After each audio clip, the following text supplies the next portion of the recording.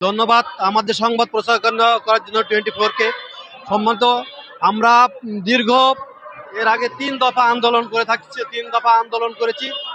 প্রতি দফায় আন্দোলনে আমাদেরকে তারা প্রতিশ্রুতি দিচ্ছে যে আমাদের এমপিও করার জন্য প্রতিশ্রুতি দিয়েছে, নীতিমালা হচ্ছে, নীতিমালা সংশোধন হচ্ছে।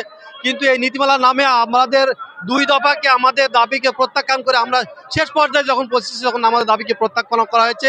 এরপর সর্বশেষ আমরা এই বিগত 3 দিন আগে থেকে, গত সপ্তাহ থেকে আমরা আন্দোলন শুরু করেছি। যে আন্দোলনের ফলশ্রুতিতে আজকে মন্ত্রণালয় আমাদেরকে দাবি দিয়েছিল যে আজকে তাদেরকে নীতিমালা জারি করা পায়। এই লক্ষ্যে আমরা সংসদ ভবন এবং শিক্ষা মন্ত্রণালয় ঘেরাওয়ার কর্মসূচি পালন করি।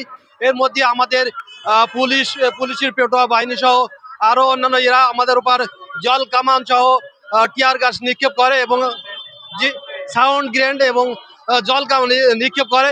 এতে আমাদের ভিতরে প্রায় 10 থেকে 12 জন ভাই আমরা অসুস্থ হয়ে যাই, যাদেরকে হাসপাতালে নেওয়া হয়েছে।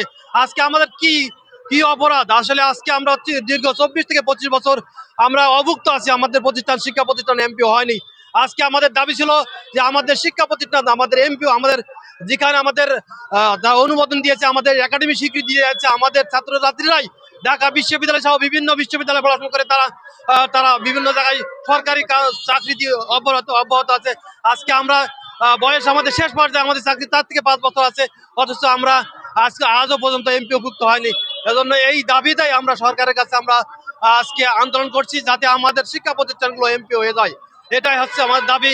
কিন্তু তারা আমাদের এই আন্দোলনকে নস্যাৎ করার জন্য পুলিশের পেটোয়া বাহিনী দিয়ে আমাদের উপর বিভিন্নভাবে নির্যাতন করে, আমাদের উপর টিয়ার সেল এবং পানি জল কামান নিক্ষেপ করে আমাদেরকে ছত্রভঙ্গন করে দেয়। এজন্য সরকারের কাছে আমাদের জোর দাবি, তারা যাতে আমাদের এই এমপিও দিয়ে আমাদের এই যে অভুক্ত টিচারদের তাদের বেঁচে থাকার অধিকার তারা দিতে পারে। এটাই হচ্ছে আমাদের দাবি। এই বলে আমি আমার কথা শেষ করছি। আল্লাহ হাফেজ। আসসালামু আলাইকুম ওয়া রাহমাতুল্লাহি ওয়া বারাকাতুহু।